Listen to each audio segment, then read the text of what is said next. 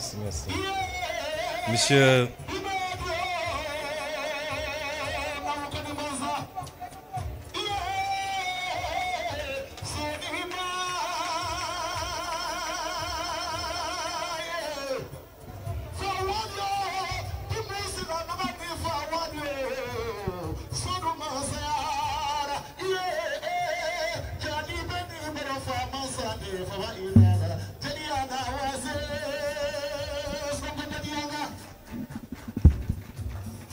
Monsieur le ministre de la formation professionnelle, Monsieur le président de l'Agence japonaise de coopération internationale, Monsieur l'ambassadeur du Japon, Mesdames, Messieurs les représentants des missions diplomatiques, Monsieur le représentant résident de l'Agence japonaise de coopération internationale, Monsieur le président du conseil d'administration du Centre de formation professionnelle technique Sénégal-Japon, Mesdames, Messieurs les directeurs généraux, les directeurs nationaux et directeurs de société, Mesdames, Messieurs les représentants des organisations patronales et des travailleurs, Monsieur le directeur du Centre de formation professionnelle et technique Sénégal-Japon, Mesdames, Messieurs les membres du corps enseignant et du personnel administratif, chers élèves et étudiants, Mesdames, Messieurs, je suis venu aujourd'hui représenter son Excellence, Monsieur le Président de la République, à cette cérémonie. Hier déjà, le Président de la République avait reçu Monsieur le Président de la JICA et Monsieur l'ambassadeur du Japon. Et aujourd'hui, il me délègue de représenter à cette cérémonie. Cela atteste de l'importance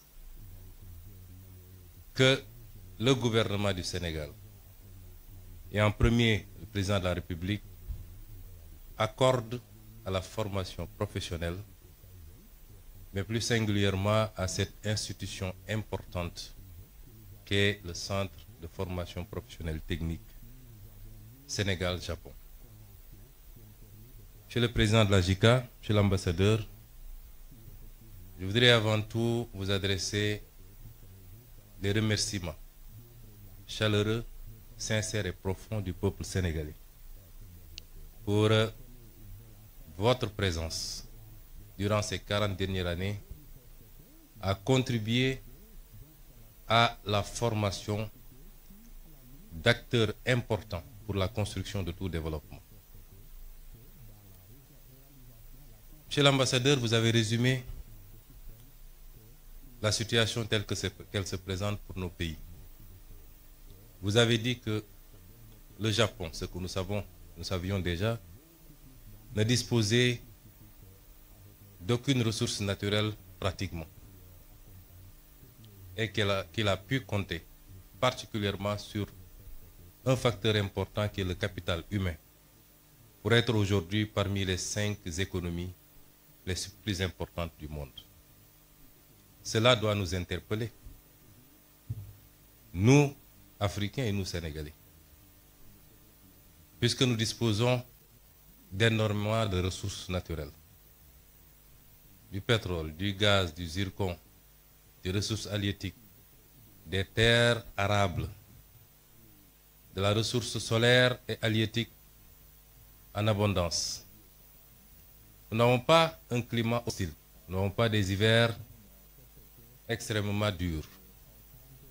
Nous ne sommes pas confrontés à certains problèmes géographiques ou des problèmes liés à un certain nombre de phénomènes tels que les tremblements de terre, les cyclones, les tsunamis et toute autre catastrophe naturelle qui dévaste souvent un certain nombre de pays, et particulièrement le Japon. Et qu'est-ce qui justifie dès lors que nous soyons là où nous en sommes et que le Japon en soit là où il en est? C'est cette problématique qui nous interpelle quand j'étudie le modèle japonais, quand j'observe le modèle japonais. Et la réponse se trouve simplement en 2 ou 3 choses. Le développement doit être porté par un leadership éclairé, patriotique et intègre. Le développement doit ensuite être porté par des ressources humaines de qualité qu'on doit former, ce qui nous réunit aujourd'hui ici. Mais le développement, c'est aussi un état d'esprit. Et tout à l'heure, on nous a présenté l'esprit Kaizen, qui est un esprit dont nous devrions nous inspirer, qui renvoie à la discipline, à l'organisation et à la fixation sur les objectifs qu'on s'est assignés. Et notre gouvernement, justement, Monsieur l'ambassadeur et Monsieur le Président, veut lever ces défis. Les modèles de développement qu'on nous a présentés ou qu'on nous a appliqués jusqu'à présent ne pourront jamais développer nos pays. Donc c'est la fin de l'ère de l'endettement inconsidéré pour venir investir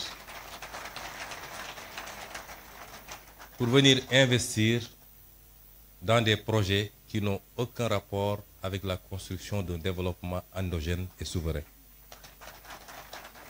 Nos priorités dès à présent, et vous en rendrez compte à partir de lundi, puisque nous allons présenter au Sénégal et au monde entier de nouveaux référentiels des politiques publiques, avec un horizon dégagé sur 25 années, mais avec ces déclinaisons quinquennaux et décennaux, vous vous rendrez compte que notre objectif, c'est de nous atteler à une construction méthodique, appliquée, patiente, d'un véritable modèle de développement structuré autour d'un certain nombre de pôles de développement qui seront au nombre de 8 à travers le Sénégal. Et nous voudrions que la coopération avec tous nos partenaires soit circonscrite désormais autour de ces impératifs. Et à ce titre, je pense que le Japon est largement en avance, puisque le modèle qui nous est présenté ici est justement le modèle qu'il nous faut, qu'il faut dupliquer et renforcer. Je me réjouis déjà d'entendre et de voir que notre complexe sera bientôt ouvert à Diamniadio. Nous vous en remercions.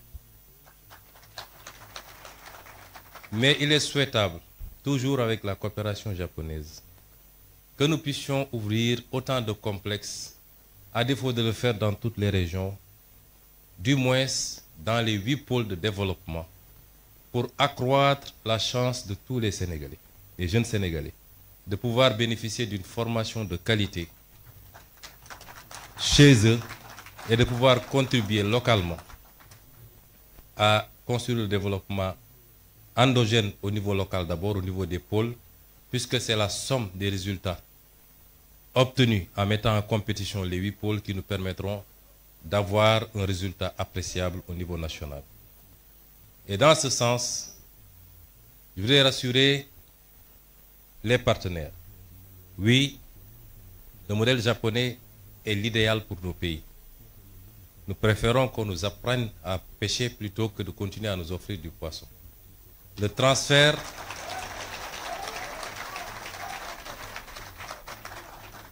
de technologie par la formation qualitative. Tout à l'heure, nous avons visité les ateliers et nous nous sommes rendus compte que déjà, beaucoup de choses peuvent être usinées ici et produire la même qualité qu'ailleurs, avec l'aide et avec la coopération du Japon. Le transfert de technologie par la formation, mais également par l'accompagnement dans la mise en place des outils, est ce dont nous avons besoin désormais. Et c'est pourquoi j'engage le gouvernement du Sénégal, nous l'avons dit lors du dernier Conseil des ministres, que nous allons renforcer l'implication du gouvernement du Sénégal sur le plan financier, sur le plan de l'accompagnement à tout point de vue, pour booster la formation professionnelle. Et cela interpelle également notre système éducatif. Je voudrais dire aux jeunes que La formation universitaire est importante, certes. Elle ne doit pas constituer une sorte de panacée. Tout le monde ne peut pas être universitaire. Dans les pays les plus développés, parmi lesquels le Japon, la Suisse et beaucoup d'autres pays que nous avons visités, très tôt, une bonne partie des ressources jeunes sont orientées vers la formation professionnelle, qui est la seule formation qui ouvre droit directement à un emploi, à une opérationnalité. On peut faire 10 ans à l'université et quand on vous met dans une position de travail, vous avez besoin encore d'être formé et formaté pour pouvoir être opérationnel. Et le pays a besoin de beaucoup plus de techniciens, de scientifiques, dans tous les domaines.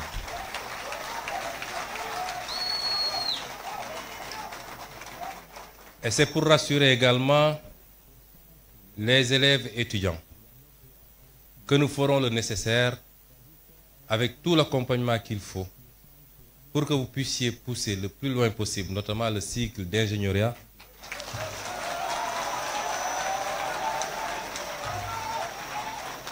et cela dans les plus brefs délais.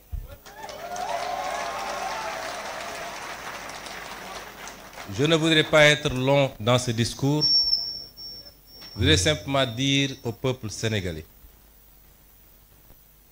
au-delà des félicitations à nos partenaires japonais, parce que tout ce qu'ils ont fait,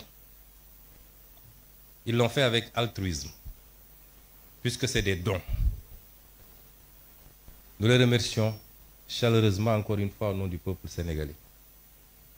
Et dans la coopération future, notre option, c'est de voir avec chacun de nos partenaires qu'est-ce qu'on peut développer de manière spécifique et orienter, concentrer cette formation, cette collaboration autour de ces secteurs. Et dans le domaine de la formation professionnelle, pour la technologie, les sciences de manière générale, le numérique, je crois qu'avec le Japon, nous avons de belles perspectives. Mais ce que je voulais dire au peuple sénégalais, pour conclure, c'est qu'un peuple ne se développe que par lui-même. Savez-vous que nous avons fait récemment un exercice de vérité pour dire aux Sénégalais ce qu'il en était. Certains ont crié au loup en disant que nous aurions dû mentir au peuple sénégalais pour éviter de nuire à l'image du Sénégal. Nous ne sommes pas dans cette relation avec le peuple sénégalais. La vérité sera dite, quelles qu'en soient les conséquences, mais pas pour nuire à l'image du Sénégal, pour lancer un message très fort au peuple sénégalais. C'est que ce qui nous a conduit à ces situations, c'est qu'on a souvent voulu se cacher derrière notre petit doigt et éviter d'affronter les réalités de face. Les modèles de développement qui ont marché ailleurs et qui sont pratiquement identiques compte tenu des réalités et des spécificités socioculturelles sont les mêmes qui développeront ce pays. Et ce modèle, c'est compter d'abord sur nous-mêmes. Notre note a été très légèrement dégradée. Nous attendions beaucoup plus. Pourquoi? Parce que même sur le plan international, les partenaires ont salué l'exercice de vérité. Mais si notre note a été dégradée après, notre développement ne dépend pas du financement international. Il dépend de nous, de nos capacités à nous fixer des objectifs, à mobiliser toutes les ressources endogènes. Et Dieu sait qu'on n'en a pas mobilisé encore le 5e. Et seulement, mais alors seulement, toute aide internationale, encore que c'est rare de parler d'aide, puisque c'est souvent des dettes, viendra simplement en complément. Et ce message, nous devons le comprendre parce que si aujourd'hui le Japon, qui n'a aucune ressource naturelle,